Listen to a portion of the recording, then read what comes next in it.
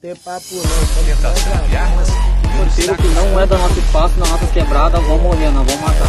Só guerrilheiro bolado que anda trepado e pesado de A bala vai comer, vai morrer polícia, vai morrer bandido e o crime não vai parar. Nós vamos agora começar a nossa aula sobre insurgência criminal. Eu gostaria de, antes de mais nada, agradecer a todos vocês que atenderam ao nosso convite. Na verdade, esse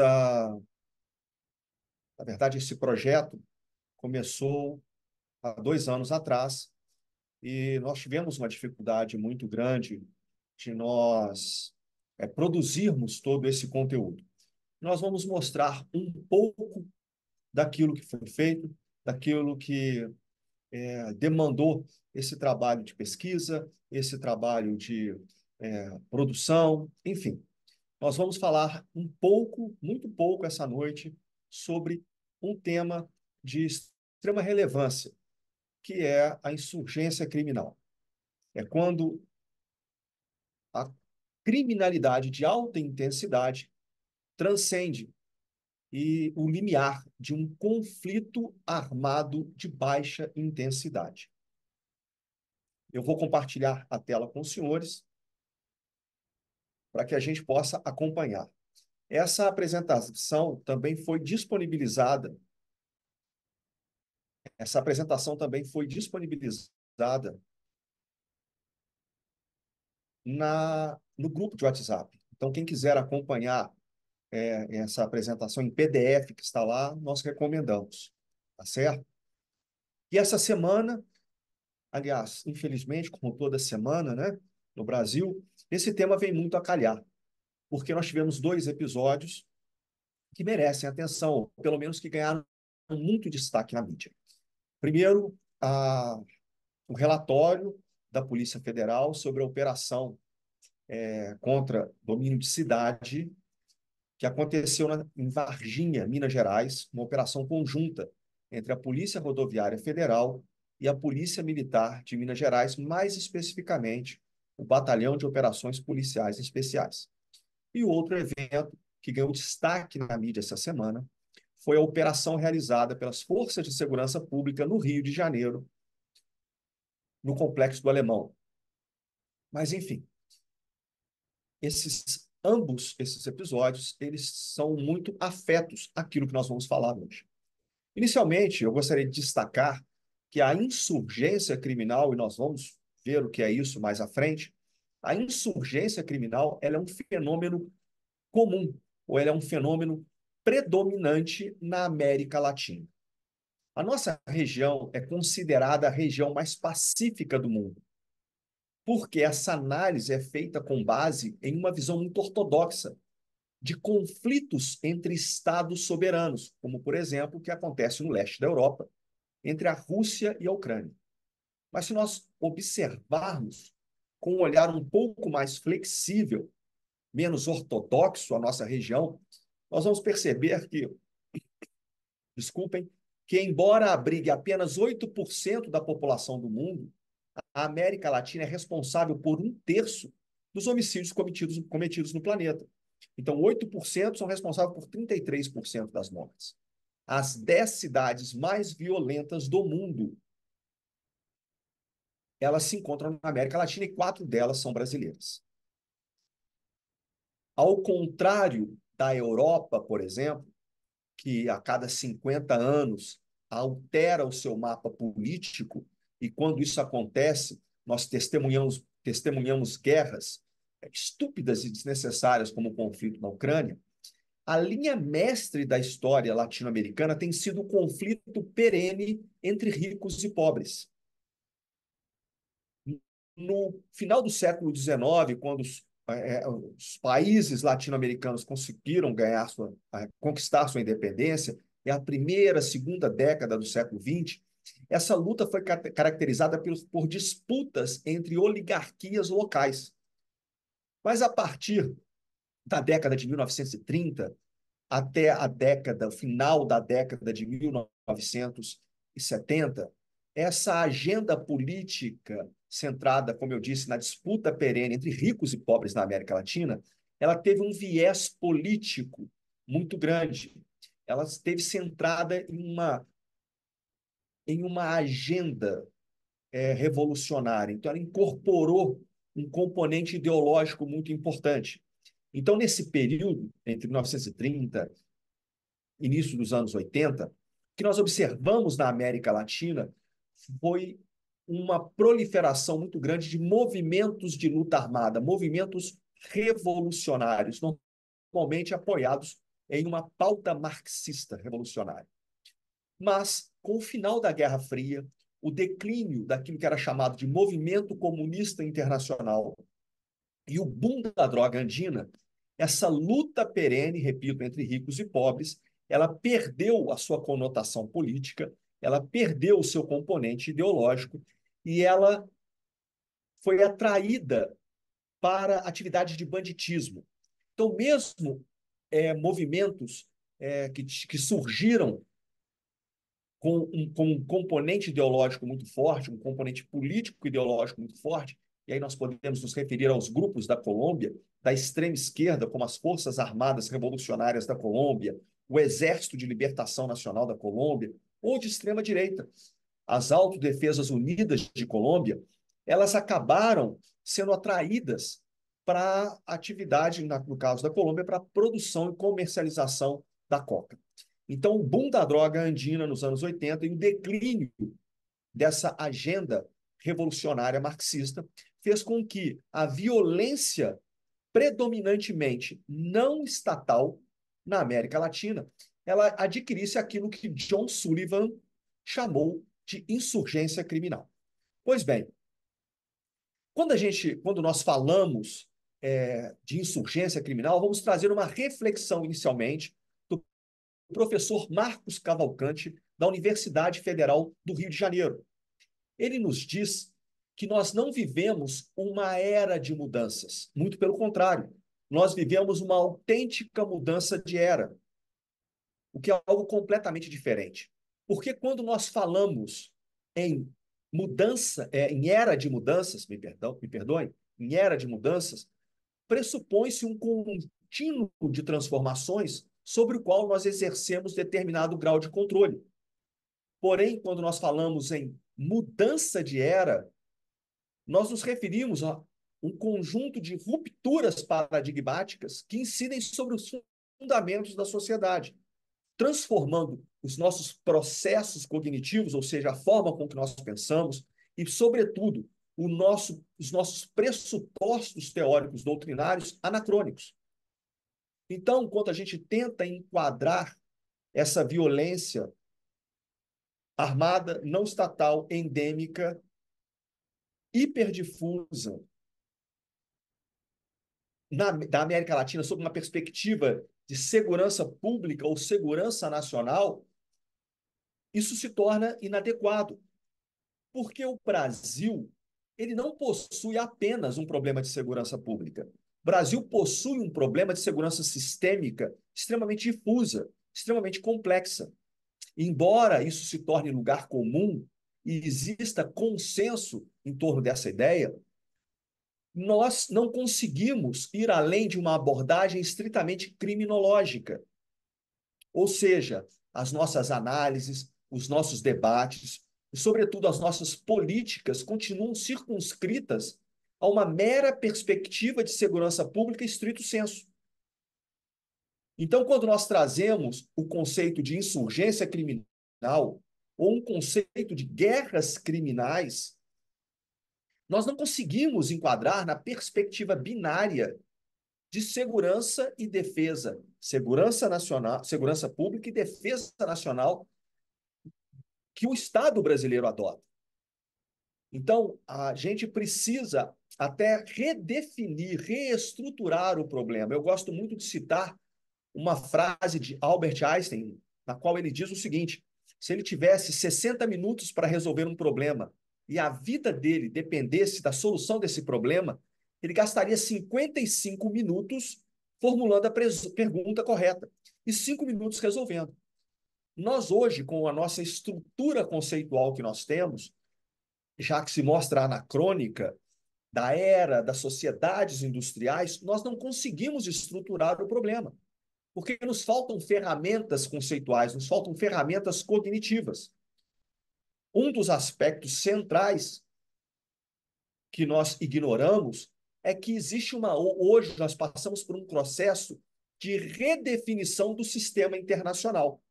Ora, o sistema internacional, como nós o concebemos, ele surgiu em meados do século XVII, ao final da Guerra dos 30 Anos, uma luta muito sangrenta na Europa entre católicos e protestantes. Ao final da Guerra dos 30 Anos, foram assinados na cidade de Münster e Osnabrück, na região da Westfália, hoje Alemanha, hoje parte da Alemanha, os acordos de paz que deram ordem, que deram surgimento a essa nova ordem internacional, a essa ordem westfaliana, essa ordem de Westfália, a paz de Westfália. Um dos elementos centrais desse novo arranjo político europeu foi o advento do Estado moderno. Então, o Estado moderno, como nós entendemos hoje, ele surge em meados do século XVII. E nós nos apoiamos em uma ordem internacional centrada no ideal do protagonismo exclusivo do Estado-nação como os dirigentes dessa ordem internacional. Só que esse sistema, o sistema westfaliano, ele atinge o seu ápice após a Segunda Guerra Mundial, em que nós vamos assistir o processo de desmantelamento dos impérios coloniais europeus na Ásia e na África. Então, o sistema westfaliano vai ser estendido a essas novas nações, a esses novos países que surgem após a Segunda Guerra Mundial. Mas se isso vai marcar o ápice do sistema westfaliano, vai marcar também o início do seu declínio. E esse declínio é um processo histórico que perpassa por décadas. Então, o que nós vemos hoje, nós assistimos hoje essa violência endêmica não estatal, a qual eu me referi, ela está diretamente associada à decomposição dessa ordem internacional, à decomposição do sistema westfaliano. Eu gosto de citar muito o Dr. Sean McFate, professor da Universidade Nacional de Defesa, em Washington. Ele tem um trabalho muito interessante, um trabalho acadêmico muito interessante, e essa citação que está projetada na frente dos senhores diz justamente sobre isso. O século XXI tem mais em comum com o século XII, ou seja, com a Idade Média, do que com as sociedades industriais do século XX. Então, nós precisamos entender que hoje nós passamos por um processo histórico do surgimento de uma sociedade pós-moderna, pós-industrial. Então, nós testemunhamos aquilo que alguns autores chamam de neomedievalismo, neofeudalismo, ou seja, uma ordem internacional que surge a partir da decomposição desse sistema internacional, desse sistema westfaliano, que vai adquirir muitas características da Idade Média.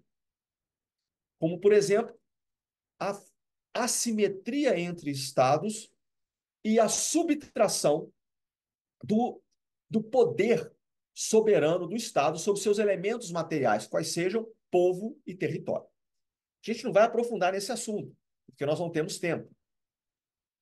Mas, fruto desse sistema westfaliano, surgiu uma concepção, como eu disse anteriormente, binária, que se apoia na dicotomia entre segurança nacional e segurança pública. Esse modelo apresentado na frente dos senhores, ele ilustra justamente isso. A primeira característica desse modelo, que é adotada pelo Estado brasileiro, é que nesse modelo nós temos tão somente as capacidades coercitivas do Estado. Ora, um exemplo disso é que na maioria dos estados da federação, aquilo que são meras secretarias de polícia são chamadas, equivocadamente, de secretarias de segurança pública. Porque nessa concepção, nós dispomos somente das capacidades coercitivas do Estado. E o que é o policial? O policial é aquele indivíduo a quem a sociedade outorga a responsabilidade pelo exercício da legítima força coercitiva contra os membros daquela coletividade. E o soldado vai ser justamente aquele indivíduo a quem a sociedade outorga a mesma responsabilidade pelo exercício da legítima força coercitiva contra pessoas alheias à coletividade. Então, a segurança nacional ela é direcionada para a proteção do próprio Estado. É lógico que ela tem uma vertente de segurança interna para a proteção das instituições do Estado. Mas o seu grande foco é a proteção contra outros estados antagônicos, ou seja, é a defesa externa e a segurança externa. Então, esse modelo, ele se mostra anacrônico. Por quê? Porque, na verdade, as ameaças hoje não podem ser compartimentadas em ameaças de segurança pública ou segurança nacional. Na verdade, as ameaças perpassam essa divisão arbitrária e artificial entre o cidadão, as instituições do Estado e o Estado em si. O que nós necessitamos é de uma perspectiva multidimensional de segurança, que não contemple somente a segurança pública e a segurança nacional, mas também uma perspectiva de segurança comum. E aí o melhor exemplo de segurança comum é a OTAN, quando diferentes estados compartilham um problema comum de segurança, e segurança humana, que foi um conceito apresentado pelo Programa das Nações Unidas em 1994, derivado da Escola de Copenhague, da qual Barry Boson, seu maior expoente. A segurança humana, ela possui duas grandes vertentes e se divide em 7 componentes: a segurança pessoal, a segurança política, a segurança comunitária. Além disso, a segurança alimentar, a segurança sanitária, a segurança ambiental e a segurança econômica. Mas é uma perspectiva multidimensional sistêmica de segurança que se contrapõe a esse modelo, como eu disse e insisto, um modelo binário que se apoia na dicotomia de segurança pública e segurança nacional. Ora, me desculpem. Então, quando nós falamos nessas organizações criminosas, nesses grupos armados criminais vinculados ao crime organizado transnacional, ou seja, uma criminalidade de alta intensidade, que transcende o limiar do conflito armado de baixa intensidade, nós temos que adotar uma perspectiva que vá muito além da segurança pública. Nós primeiros temos que olhar sob uma perspectiva hemisférica. Não é um problema de nenhum estado brasileiro, da federação, não é um problema do Rio, não é um problema do Rio Grande do Sul, não é um problema do Rio Grande do Norte, não é um problema de São Paulo ou do Mato Grosso do Sul. É um problema, não é só do Brasil, é um problema da América Latina. Então, existe essa perspectiva regional. Mas, além disso, existe uma perspectiva histórica. A perspectiva de que nós deixamos as sociedades industriais para ingressar na era da informação, na era do conhecimento, na era da cognição, como queira, ou seja, nas sociedades pós-modernas. E nós fazemos isso testemunhando, dentre outras coisas, a redefinição do sistema internacional. Ora, é lógico que isso exige uma política de Estado que se apoie num enfoque sistêmico, geopolítico sistêmico e multidimensional. Infelizmente, o Estado brasileiro não dispõe disso. O Estado brasileiro sequer conta com programas de governo. E eu chamo a atenção para o fato de que programas de governo são, por definição,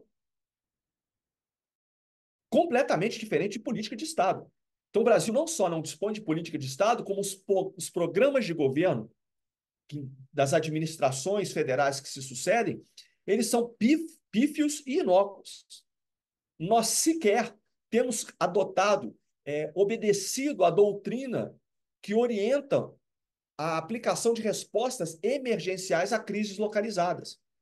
Então, nós só temos sido negligentes diante da inexistência de uma política de Estado, não dispomos de verdadeiros programas de governo, porque são pífios, inócuos, não passam de papéis, e nós não temos obedecido à doutrina que rege, que orienta as respostas emergenciais a crises localizadas. Infelizmente, o Estado brasileiro, ele tem adotado medidas paliativas efêmeras, destinadas a aplacar o clamor da opinião pública diante de eventos midiáticos episódicos. Por exemplo, quando acontece na Barra da Tijuca, no Rio de Janeiro, o assassinato de médicos que estavam ali reunidos em um congresso. Aquilo causa uma comoção temporária, ganha um destaque efêmero nos principais veículos de informação do Brasil. O Estado é impelido a agir e dar respostas que são superficiais, inócuas e paliativas. E, obviamente, totalmente ineficazes. O que a gente precisa entender é que as guerras sem Estado, elas desafiam a lógica westphaliana. Ora, porque no sistema westphaliano, a ordem internacional é protagonizada exclusivamente por Estados soberanos. E se guerra, por definição, é política armada, por consequência, guerra é uma prerrogativa de Estados, porque a política é uma prerrogativa de Estados. Só que, de acordo com essa perspectiva, quando ela é confrontada com guerras sem Estado, ela se torna dissonante da realidade. O fato é que, embora guerras sem Estados desafiem a lógica westphaliana, elas continuam sendo guerras. E quando nós falamos de grupos armados organizados numa perspectiva do direito internacional humanitário, ou aquilo que tem sido chamado hoje de grupos armados criminais, na verdade, estamos falando de guerrilheiros, terroristas, insurgentes, warlords, ou seja, senhores da guerra, muito comuns na África subsaariana, narcotraficante, cartéis, maras, como são chamadas na América Central, pandilhas, como são conhecidas na Colômbia. Nós estamos falando de um tipo de violência que ela é, repito, armada, organizada, não estatal, endêmica e hiperdifusa. Normalmente, nós nos concentramos naquilo que é chamado CTA, Controle Territorial Armado. Ou seja, é quando esses grupos armados, eles promovem a defesa daqueles nichos territoriais dentro dos quais edificaram enclaves de microsoberania, verdadeiras áreas não governadas no interior do Estado. Ora, eu fiz menção no início da minha fala à operação das Forças de Segurança Pública do Rio de Janeiro, essa semana, no Complexo do Alemão. O que a gente observa ali é justamente a disputa entre o Estado e esses grupos armados criminais pelo controle, pela defesa da territorialidade. Nós normalmente nos concentramos nisso. Nossos esforços de repressão da atividade criminal é isso que ganha destaque na mídia. Todavia, nós nos descuidamos do processo segundo o qual esses atores armados não estatais edificam esses enclaves de microsoberania. Eles edificam verdadeiros protetorados urbanos sem lei. Ou seja, eles constroem essa territorialidade. E aqui, mais uma vez, recorrendo a Sean McFate, é uma citação muito interessante. Aqueles que estão presos à mentalidade tradicional, e eu me refiro àquela perspectiva westphaliana, né? Eu gosto muito desse termo, esses indivíduos, eles provavelmente não reconhecerão futuros conflitos como guerras, até que seja tarde demais. Então, nós estamos falando de verdadeiros conflitos assimétricos não somente em relação ao poder de combate das partes beligerantes, Estado e não Estado, mas também sob uma perspectiva jurídica, sob uma perspectiva informacional, etc. E esses conflitos assimétricos envolvem ameaças que são chamadas híbridas. Por quê? Porque elas combinam atores estatais com atores não estatais. Quando nós falamos, por exemplo, de uma organização terrorista, de um grupo insurgente ou de uma facção criminosa, nós precisamos entender que elas estão associadas, ou direta ou indiretamente, com estados soberanos. No caso da insurgência criminal na América Latina, nós temos que lembrar que, além dessas facções criminosas, dos cartéis mexicanos, as facções criminosas do Brasil, nós precisamos entender que eles estão linkados com narco-estados. E essas relações entre Estado e não Estado, elas se apoiam em dinâmicas de rede, que dão origem a verdadeiros ecossistemas complexos adaptativos. Uma das características principais desses ecossistemas, ou seja, desses sistemas de redes, é a heterogeneidade, ou seja, uma multiplicidade muito grande de atores que vão de facções criminosas, partidos políticos, a mídia, a academia, organizações não governamentais, enfim, uma pluralidade muito grande de atores com agendas e objetivos próprios e que se apoiam em vínculos, em relações que são instáveis, em relações que são voláteis. Outra característica fundamental é a extrapolação, ou seja, transcende as áreas conflagradas. Um exemplo muito claro é se uma operação policial em uma determinada comunidade, ela vitimar um inocente, aquilo não vai ficar confinado àquela comunidade.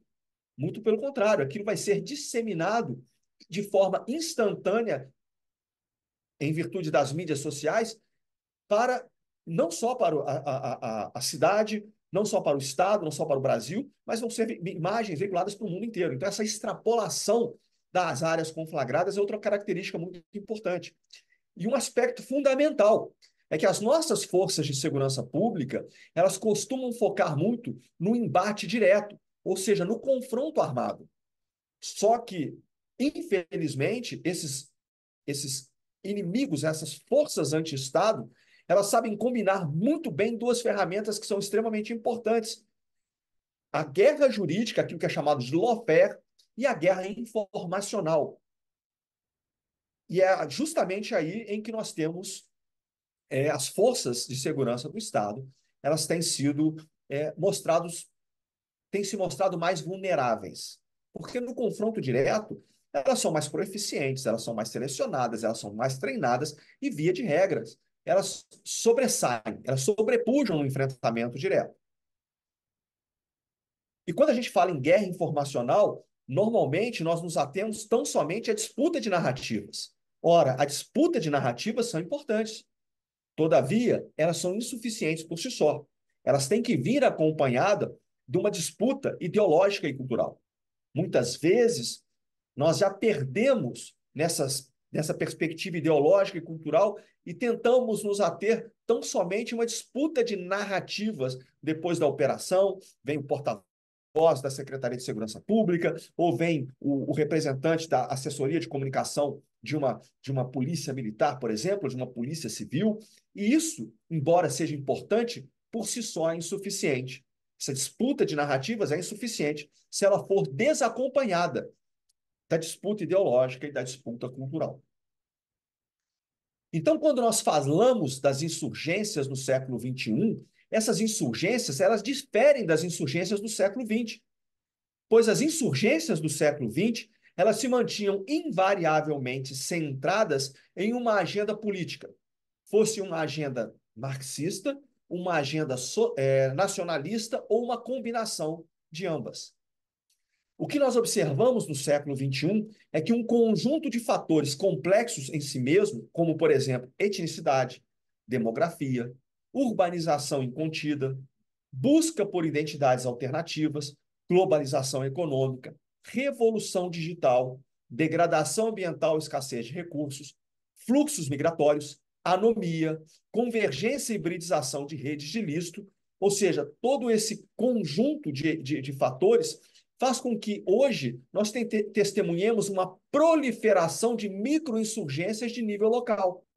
Então, quando nós falamos, por exemplo, em uma insurgência talibã no Afeganistão, ela realmente existe. Só que o grande problema do Talibã, perdão, o grande problema do Afeganistão não é a insurgência centralizada do Talibã. O problema do Afeganistão é que cada aldeia, cada vila é uma insurgência por si só, é uma guerrilha por si só.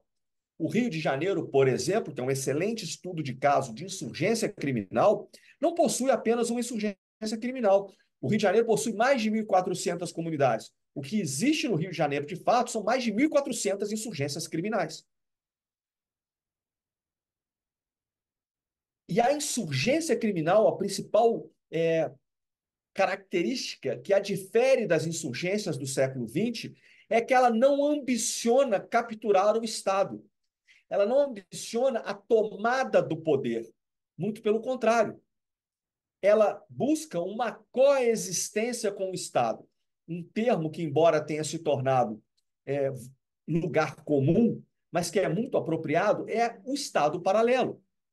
Então, a insurgência criminal ela não busca conquistar o Estado, o poder do Estado. Ao contrário, a insurgência criminal é o uso da violência armada organizada para controlar as cadeias de ilícitos, a economia ilícita, das zonas produtoras aos mercados consumidores, livre da ingerência do Estado. A questão é que Ao fazer isso, a insurgência criminal ela impõe uma renegociação das condições de existência do próprio Estado. Ela praticamente impõe uma renegociação do contrato social. John Sullivan, ele, para fins didáticos, para fins meramente didáticos, ele divide a insurgência criminal em 4 etapas, vamos colocar assim. A primeira seria a insurgência local.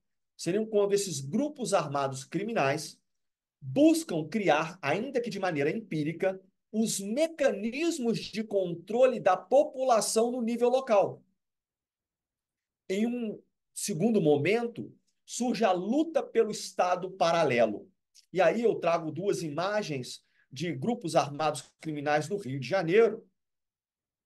A imagem superior é uma milícia e a imagem inferior é aquilo que é chamado de facção criminosa. Na verdade, não existe uma distinção palpável entre os dois. O fenômeno de convergência e hibridização vai fazer com que eles adquiram práticas, objetivos, metas e compartilhem alguns interesses comuns. Eu trago essas 2 imagens para chamar a atenção que, por exemplo, no Rio de Janeiro, foi construída uma narrativa falaciosa que vigora, que predomina diante do grande público. A ideia de que esses grupos armados eles se armaram para se proteger do Estado. Ora, no caso do Rio de Janeiro especificamente, quando nos anos 80 nós temos o boom da droga andina, a qual eu já me referi anteriormente, a entrada da cocaína no Rio de Janeiro e a potencialização, a capitalização desses grupos armados, eles iniciaram uma corrida armamentista, não foi para enfrentar o Estado. Naquela época, quando surgiram as primeiras armas longas, os primeiros fuzis nas comunidades cariocas, a polícia era dotada de revólver 38. A primeira aquisição de armas longas, de fuzis para as forças de segurança pública do Rio de Janeiro só aconteceu no ano de 2000. Antes disso, as imagens de policiais, fossem eles civis ou militares, portando fuzis, eram armas ou apreendidas do próprio tráfico de drogas, que foi a grande atividade de capitalização desses grupos, ou armas cedidas pelas Forças Armadas. Então, no Rio de Janeiro, esse dinheiro, esses lucros não foram direcionados para a compra de imóveis, e outras formas de capitalização, outras formas de gasto, como bebidas, mulheres, etc. Não. Deu origem a uma corrida armamentista para que uma facção se sobrepusesse à outra. Nesse momento, nessa luta pelo Estado paralelo, muitas vezes o Estado é impelido a agir, porque um grupo lutando normalmente por rotas, por mercados consumidores ou por território, gera uma guerra entre eles. E aí o Estado, o nível de violência vai lá em cima e o Estado é impelido a agir, mas o Estado não é alvo. Isso vai acontecer numa terceira fase, em que esses grupos armados criminais, esses insurgentes criminais, eles vão confrontar diretamente o Estado. Talvez o melhor exemplo disso sejam os atentados em maio de 2006, perpetrados contra as forças de segurança pública no estado de São Paulo.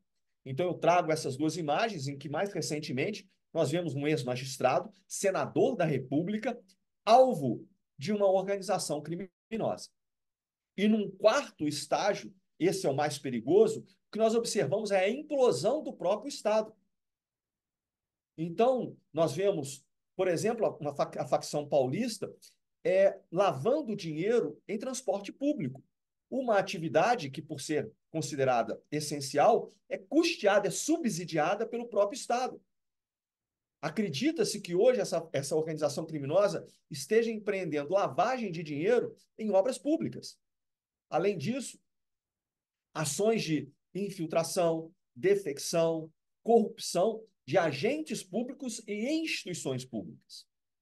E para ilustrar isso, para chamar mais atenção para esse fato, eu chamo a atenção para esses episódios em São Paulo, no Rio de Janeiro, em Santa Catarina, no Ceará e no Rio Grande do Norte, chamando a atenção para a onda de ataques terroristas no Rio de Janeiro em 2023 e no Rio Grande do Norte também em 2023.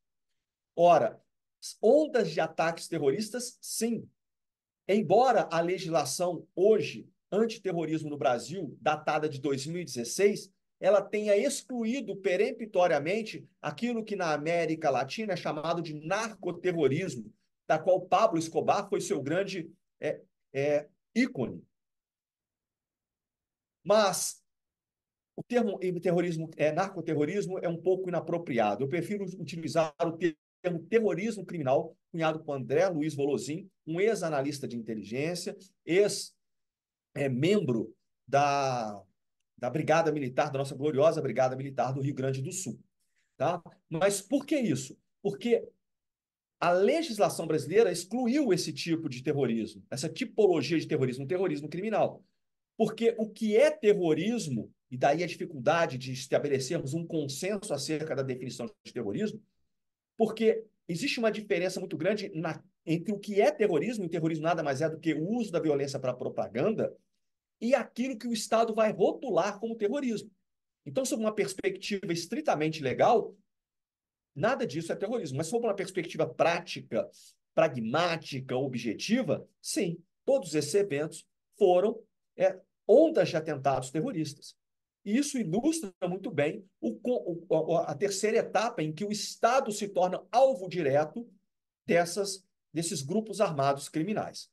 Mas vamos falar da renegociação do contrato social. Ora, de uma maneira muito simples, o que é o contrato social?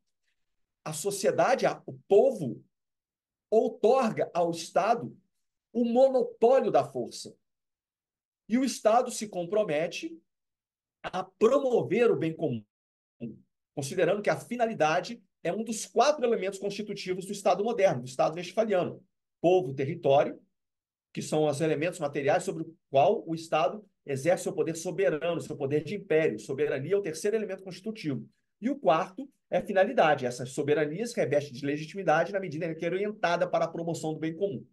Então, povo, território, finalidade, soberania e finalidade são os 4 elementos constitutivos do Estado moderno. Repetindo, o que é o contrato social? A sociedade outorga ao Estado o monopólio da força e o Estado se compromete à promoção do bem comum. Ora, como é que a insurgência criminal ela obriga o Estado a renegociar as condições de sua própria existência? Primeiro, por meio do enfrentamento contínuo do aparato de segurança e proteção do Estado com níveis variáveis de intensidade, acarretando no esgotamento da capacidade de repressão policial e sobrecarga do sistema legal. Também a contestação da legitimidade do Estado, especialmente em regiões que padecem de corrupção endêmica, fragilidade democrática e inépcia governamental em atender às demandas básicas da população. Pelo domínio de áreas não governadas, aquilo que Batros Stanislavski Hieronin chamou de buracos negros, ou seja, black spots, edificando verdadeiros enclaves de microsoberania, áreas não governadas no interior do Estado.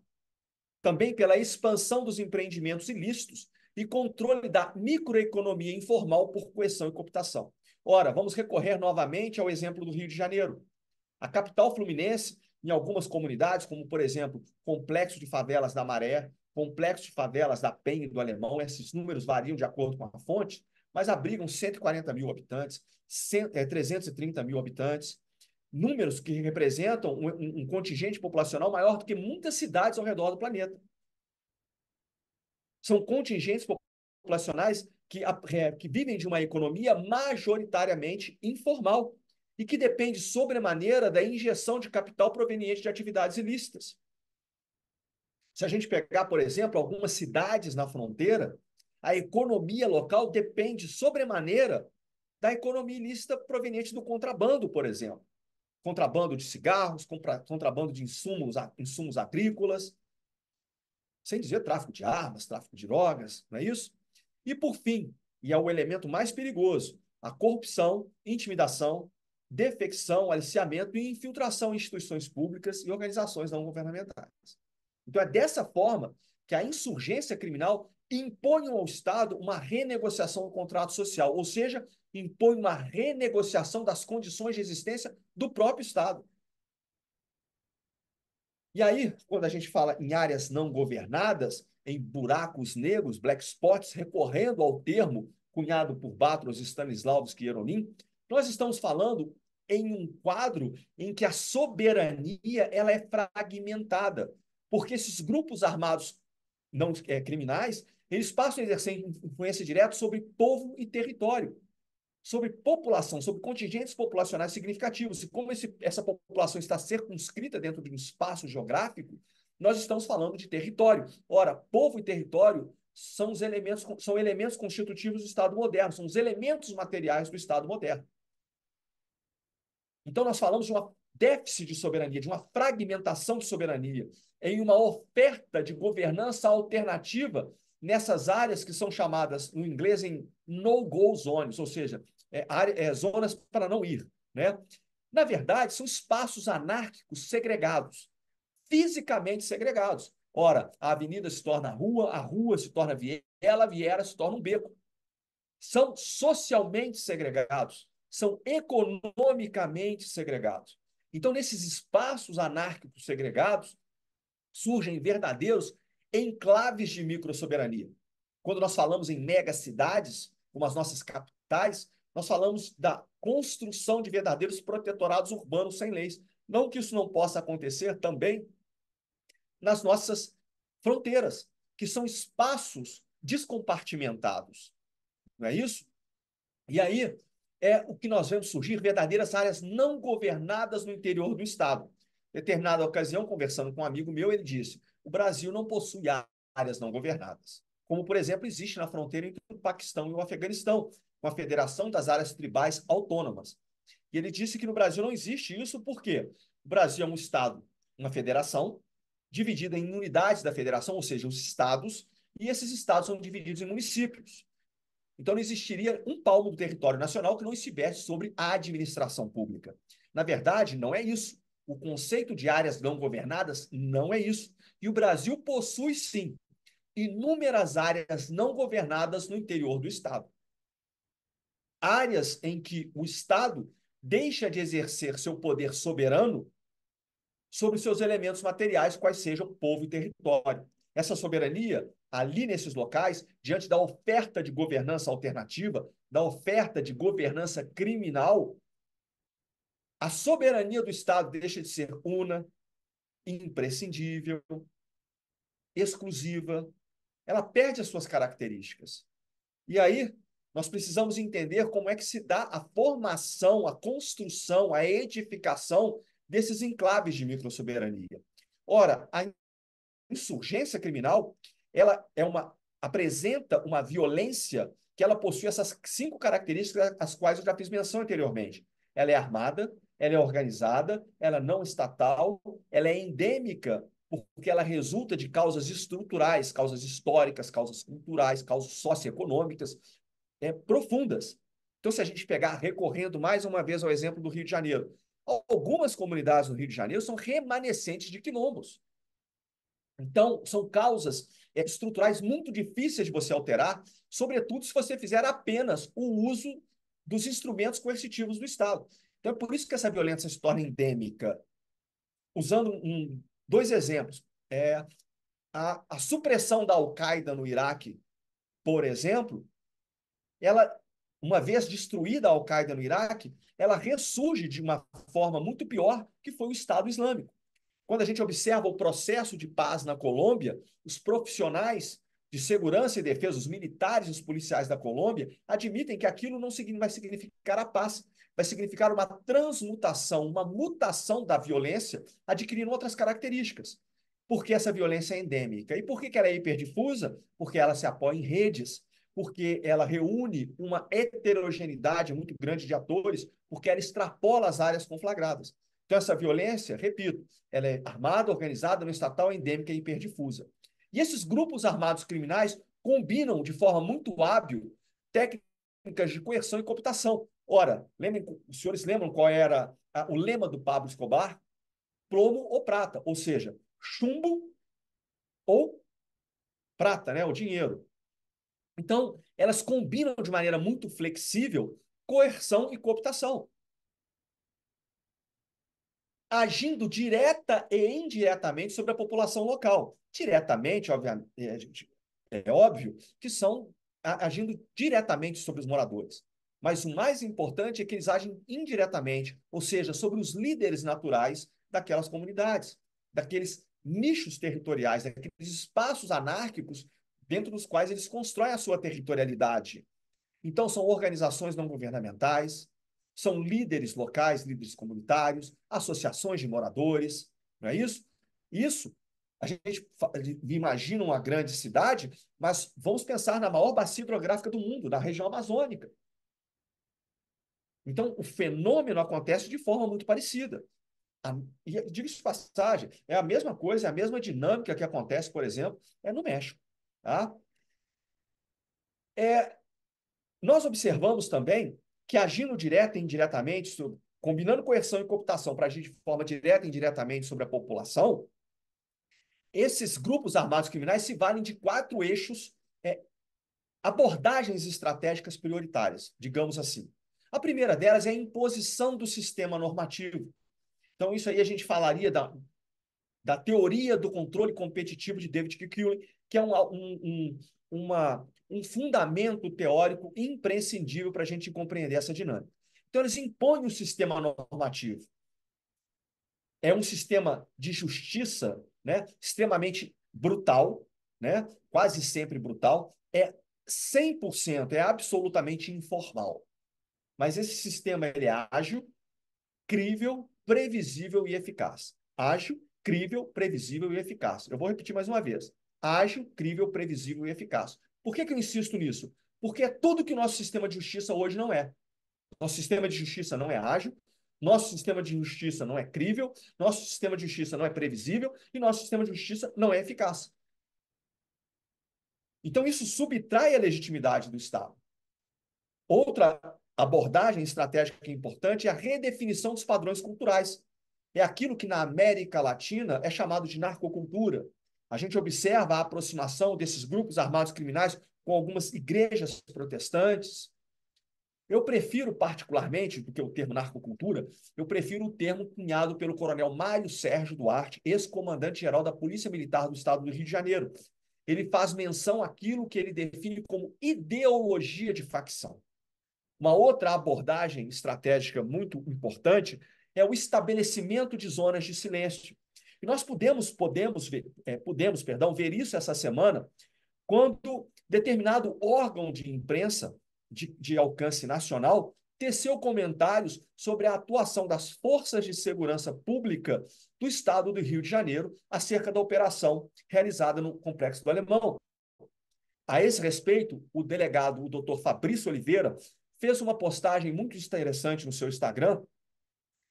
O delegado Fabrício Oliveira é o atual coordenador de recursos especiais da Polícia Civil do Estado do Rio de Janeiro. Ele fez uma postagem muito interessante no seu Instagram, fazendo justamente menção a essas zonas de silêncio.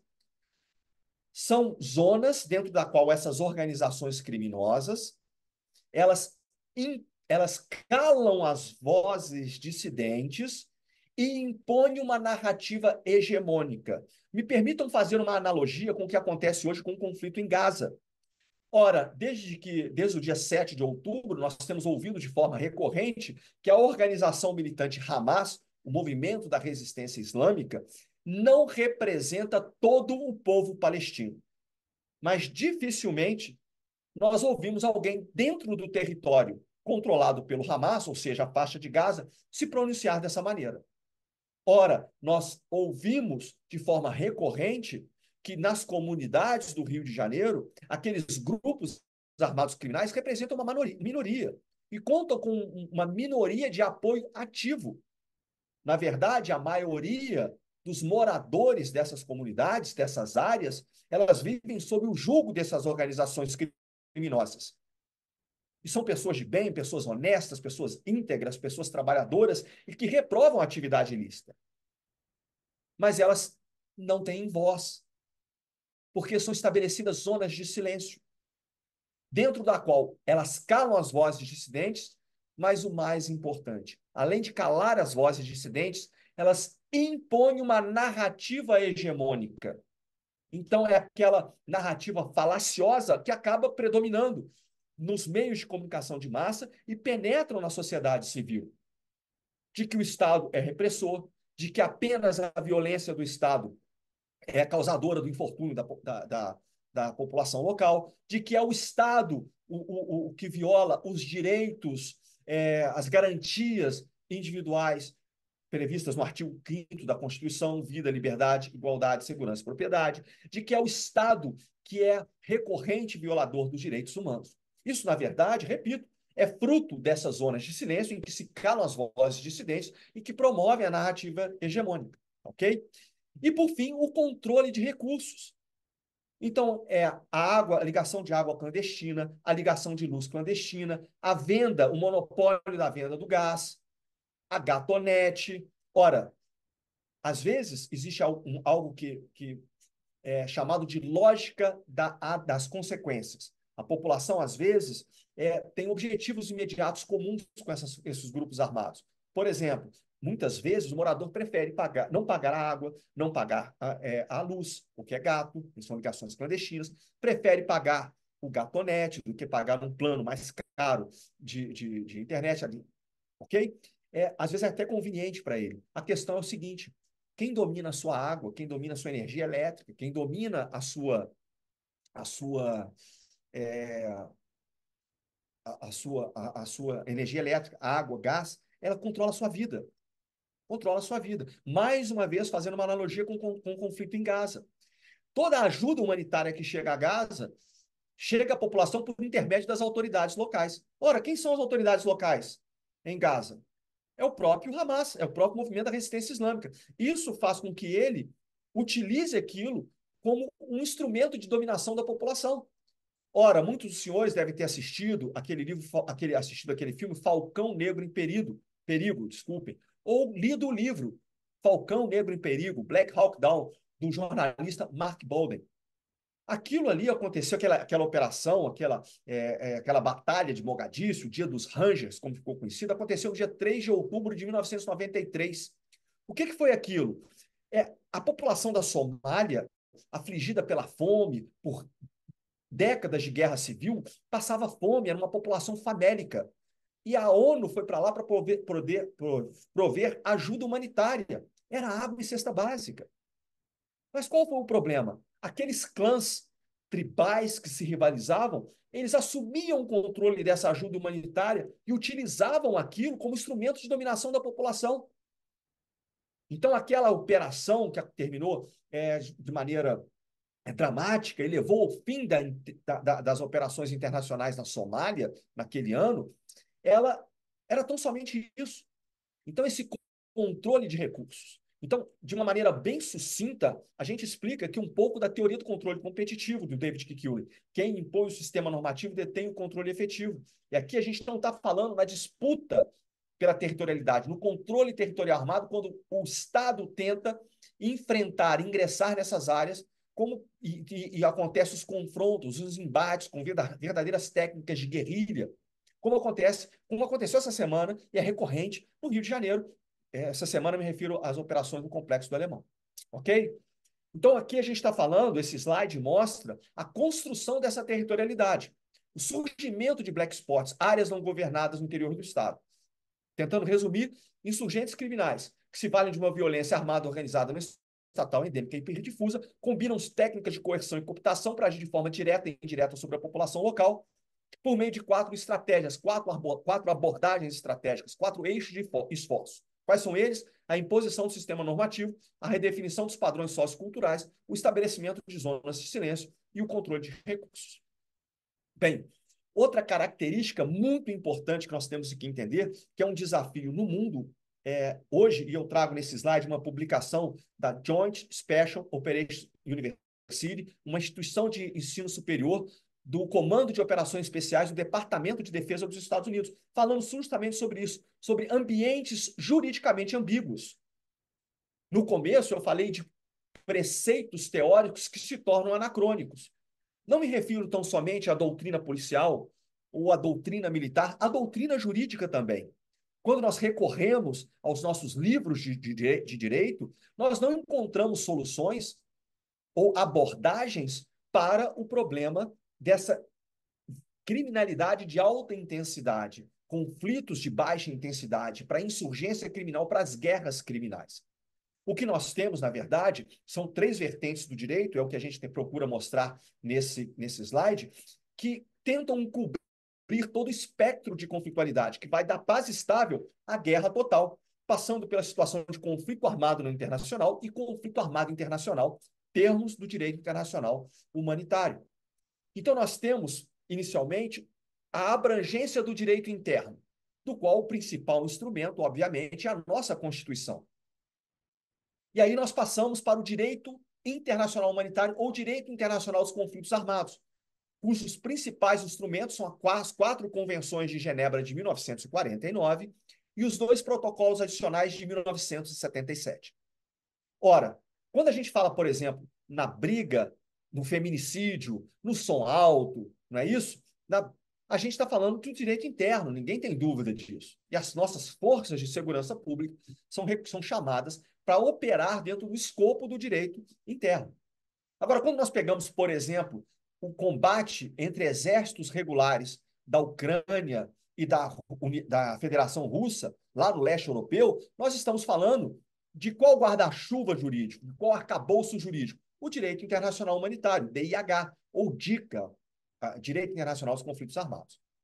Além disso, nós temos, perpassando tudo isso, o direito internacional dos direitos humanos.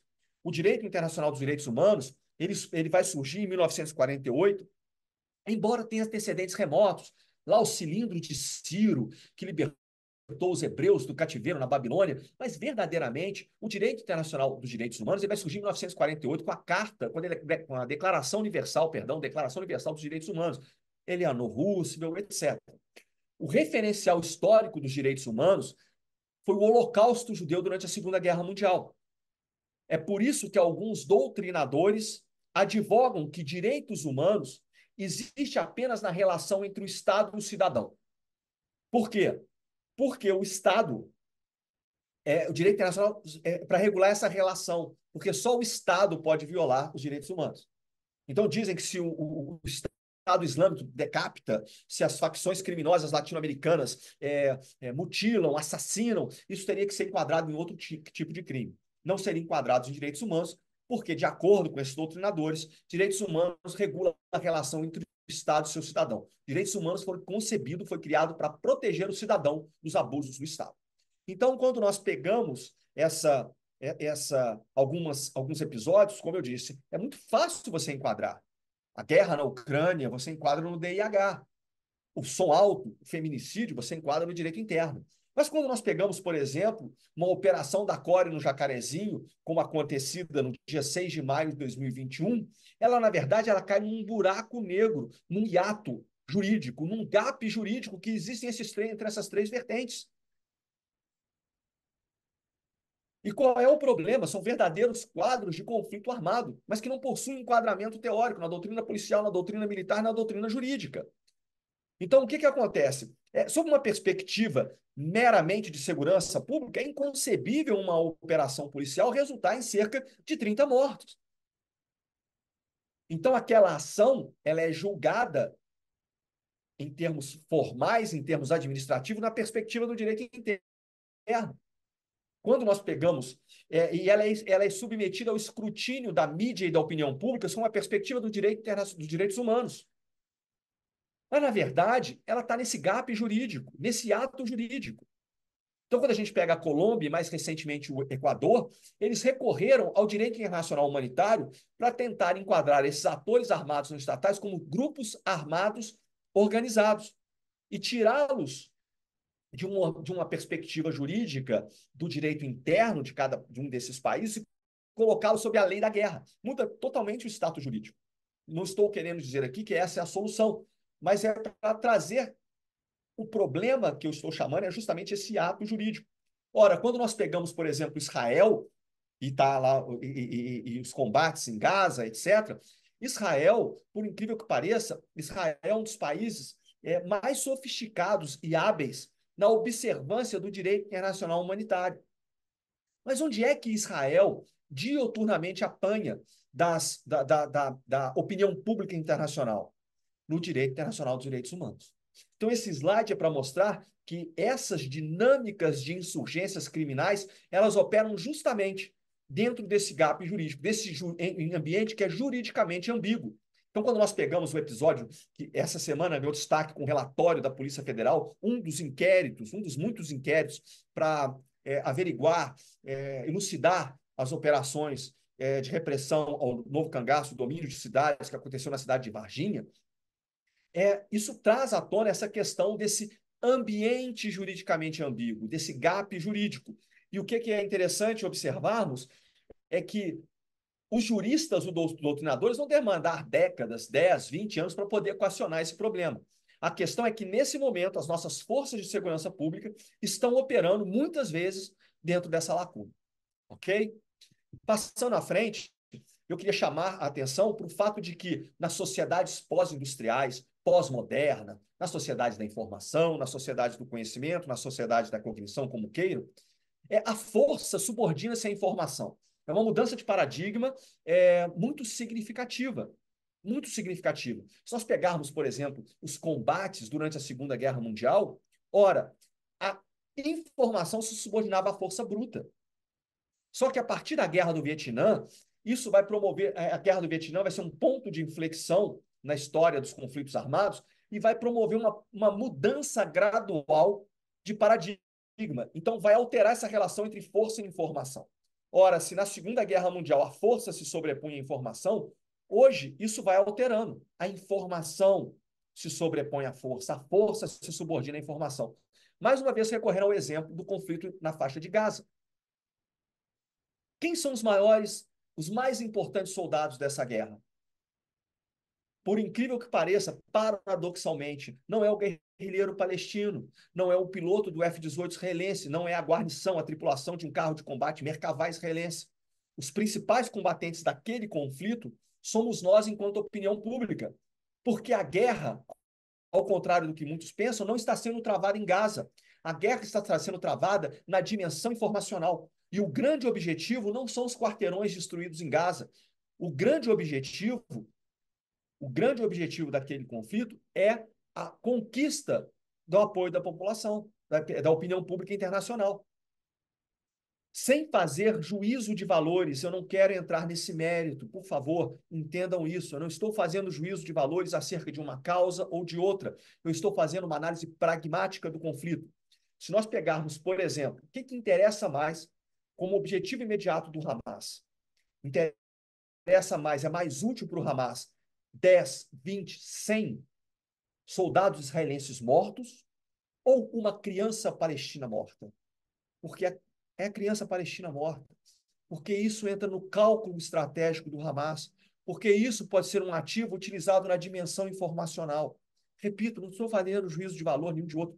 Estou chamando a atenção para o fato de que a força hoje se subordina à informação e que a luta não é travada tão somente na dimensão física, ela incorpora também uma dimensão humana e, sobretudo, uma dimensão informacional. E que nós precisamos entender como os níveis político, estratégico e tático estão interlaçados, interligados de uma maneira muito imbrincada, muito intrincada. E que nós precisamos, dentro desse contexto, saber combinar ações cinéticas, ou seja, ações em força, ações de choque, com ações não cinéticas, ações de propaganda, ações de informação, ações de inteligência, ações cívico-sociais, ok? Qual é o nosso grande problema? E que, dada a nossa cultura, dada as nossas doutrinas, aos nossos conjuntos teóricos doutrinários, nós focamos apenas no uso da força, negligenciamos a informação. Nós focamos apenas na dimensão física, negligenciamos a dimensão humana e a dimensão informacional. Nós focamos tão somente no nível tático e ignoramos os níveis político e estratégico. E nós focamos, sobretudo, na ação cinética e negligenciamos as ações de efeito não cinético. Em termos práticos, significa que as nossas forças de segurança pública acumulam vitórias diárias. Recorde de apreensão de drogas, recorde de apreensão de contrabando, recorde de apreensão de contrabando do cigarro, insumos agrícolas, aditivos agrícolas, recorde de apreensão de armas. E essas vitórias, embora sejam importantes e elas merecem e devem ser exaltadas em função do sacrifício dos nossos dedicados profissionais de segurança pública, a questão é que elas são insuficientes. Nós acumulamos vitórias diárias, mas são vitórias no nível tático. Nós vencemos batalhas todos os dias, mas nós não estamos vencendo a guerra. Mais uma vez, recorrendo a uma analogia histórica, os Estados Unidos lutou durante 12 anos no Sudeste Asiático, 12 anos de guerra do Vietnã, sem perder nenhuma grande batalha no Vietnã.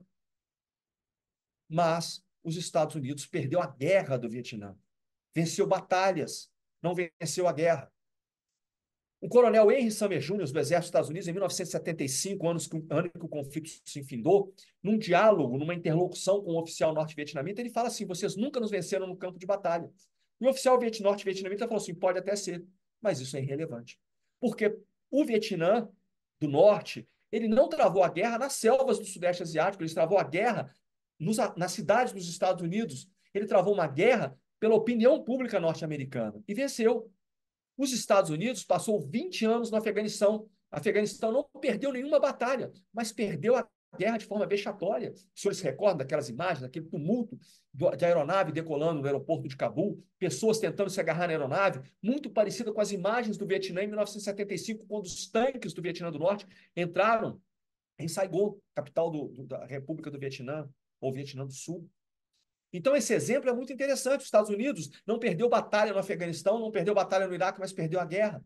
É o que acontece hoje com as nossas forças de segurança pública, por usar apenas a força na dimensão física, no nível tático e focado em ações cinéticas. A gente vence batalha todos os dias, mas nós não estamos vencendo a guerra. E aí a gente precisa entender que nós precisamos lutar e vencer em todas as dimensões.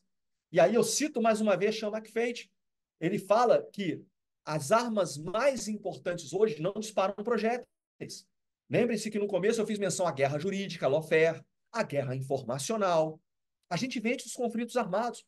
Temos os profissionais mais bem selecionados, os profissionais motivados, a despeito de todos os percalços, são profissionais extremamente motivados, são os profissionais que se mostram extremamente treinados, mas nós não estamos usando todas as armas, principalmente as armas decisivas nesse tipo de insurgência. Ok? E aí, caminhando para o nosso fecho, eu chamo a atenção, eu recorro a Peter Drucker, que diz que o maior perigo em tempos turbulentos não é a turbulência em si. Nós vivemos tempos muito turbulentos. Mas Peter Drucker diz que o maior perigo é agir com a lógica do passado. E aí eu vou recorrer a um personagem da literatura mundial, principal obra em língua espanhola, que nós estudamos, mesmo quem não lê os livros, estudou no ensino médio. É a Dom Quixote de la Mancha, o Cavaleiro da Triste Figura. Personagem de Miguel de Cervantes. Normalmente, quando nós referimos ao Quixote, e às vezes nós chamamos que uma pessoa é quixotesca, nós queremos nos referir a uma pessoa que é romântica, que é idealista, que é sonhadora. Quem era o Cavaleiro da Triste Figura? Era um indivíduo que vivia com seu imaginário povoado de romances de cavalaria, uma época que já tinha passado, e essa era a causa do seu infortúnio. Ele montava um pangaré, que ele achava que era um alazão, chamava de Rocinante. Ele via gigantes ameaçadores onde existiam tão somente moinhos de vento. Na verdade, a obra é uma crítica à sociedade espanhola daquela época. A Espanha se tornou o primeiro, em 1492, era expulso os mouros, é o primeiro Estado-nação a se unificar na Europa, e se lança naquele mesmo ano as grandes navegações ao descobrimento da América, se torna uma potência naval, uma potência ultramarina. Mas, através do personagem Dom Quixote, Cervantes critica a sociedade espanhola que vivia presa a preceitos anacrônicos, era uma sociedade provinciana. Então, na verdade, Dom Quixote não era um romântico, não era um idealista, não era um sonhador. Dom Quixote era um completo imbecil. O que acontece hoje é que na nossa sociedade, em diferentes nichos profissionais, dedicados profissionais, são verdadeiros quixotes nas redações dos jornais, nos auditórios das universidades, nos fóruns da sociedade civil, nos gabinetes da magistratura, nos quartéis das polícias, nos quartéis das Forças Armadas, nas delegacias de polícia. Somos quixotes, presos a conjuntos, a conceitos, a preceitos anacrônicos. A nossa caixa de ferramentas cognitiva, ela é insuficiente para nós desvendarmos os problemas que nós temos diante de nós. Então, dessa maneira, nós encerramos essa breve aula e eu gostaria de chamar a atenção para o seguinte, problema, né? Normalmente, esse assunto é um assunto que é extremamente vasto, é um assunto extremamente complexo por definição. E, normalmente, quando eu trato desses assuntos em um espaço de tempo muito pequeno, invariavelmente a gente fica sujeito a interpretações equivocadas, não só em função de uma abordagem imperfeita ou de uma falha de comunicação, mas também pela compressão do tempo. Como eu disse, são assuntos extremamente complexos. Passamos pela teoria do controle competitivo, pelo fenômeno da convergência e hibridização de redes de ilícitos, pelo neomedievalismo. Então, são assuntos que demandam muito mais tempo para a gente abordar. Pensando nisso, nós realizamos um pacote composto de 10 módulos didáticos. Essas aulas, né, cada pacote didático desse, cada pacote de aula desse, vem com de 4 a 13 a 14 aulas. Tá? E são aulas curtas, aulas pequenas, que variam de 5 a 8 minutos, normalmente não chegam a 10 minutos. Além disso, essas 10 aulas, esses 10 módulos didáticos, cada um tem um número variado de aulas, vão de 4 a 13, 14, ele é acompanhado de um material didático. Esse material didático, inicialmente, ele se compõe das apresentações dos arquivos das aulas, salvos os slides, salvos em arquivo PDF. Além disso, ele conta com 2 textos de apoio. O primeiro texto de apoio é chamado Fazendo as Coisas Certas, Segurança e Defesa do Estado Moderno. É um texto que foi publicado no Caderno de Estudos Estratégicos da Escola Superior de Guerra. Esse texto, há 5 anos, ele vem sendo utilizado como leitura obrigatória do Colégio Interamericano de Defesa em Washington. O texto, obviamente, está em português. E há 5 anos, a gente participa da conferência anual sobre a situação global. Quem quiser ir na minha página no Instagram, está lá, @AlessandroVisato, tem a postagem sobre a nossa participação nessa conferência. O primeiro texto, como eu disse, é um texto que vem sendo utilizado como leitura obrigatória no Colégio Interamericano de Defesa.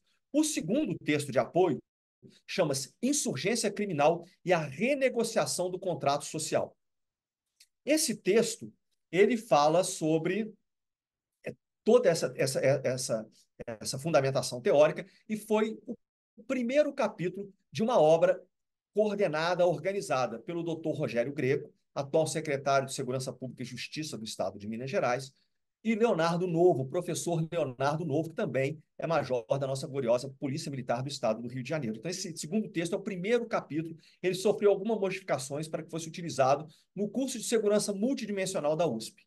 Então, além dos 10 módulos didáticos, nós temos esses 2 textos e as apresentações de slides.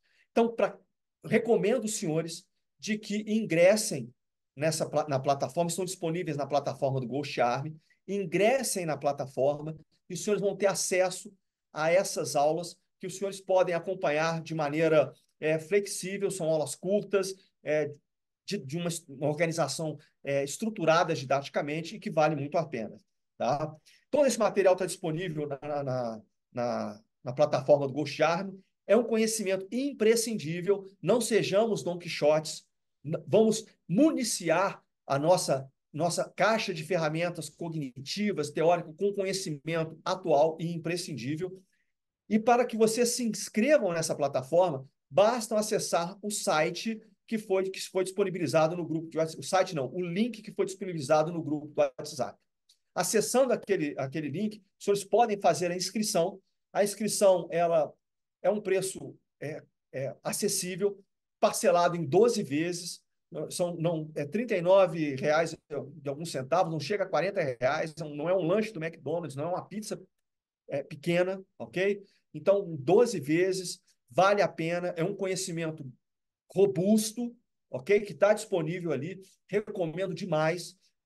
No próprio grupo vão ter orientações adicionais de como assinar e os senhores vão poder tirar dúvidas ali. Eu gostaria que a gente encerra por aqui, ok? Eu gostaria que o Felipe, se tivesse mais alguma orientação, mais alguma sugestão, ele entre a seguir com essas orientações. Antes de eu passar a voz para o Felipe, a palavra para o Felipe, eu gostaria de agradecer mais uma vez os senhores e as senhoras por terem atendido esse convite, por terem se predispostos a nos ouvir nessa noite de hoje. Espero, sinceramente, que tenha sido um conhecimento útil, um conhecimento que seja válido para os senhores. E, repito, é um conhecimento superficial que não dá para tratar em apenas uma hora. Esse conhecimento, todo esse conhecimento, está disponível para os senhores na plataforma Ghost Army. Felipe, eu deixo com o senhor, com você agora e agradeço a todos os senhores e a todas as senhoras pela atenção na noite de hoje. Não tem papo não. Roteiro que não é da nossa espaço, na nossa quebrada, vamos olhando, vamos matar. Só guerrilheiro bolado que anda trepado e pesado de A bala vai comer, vai morrer polícia, vai morrer bandido e o crime não vai parar.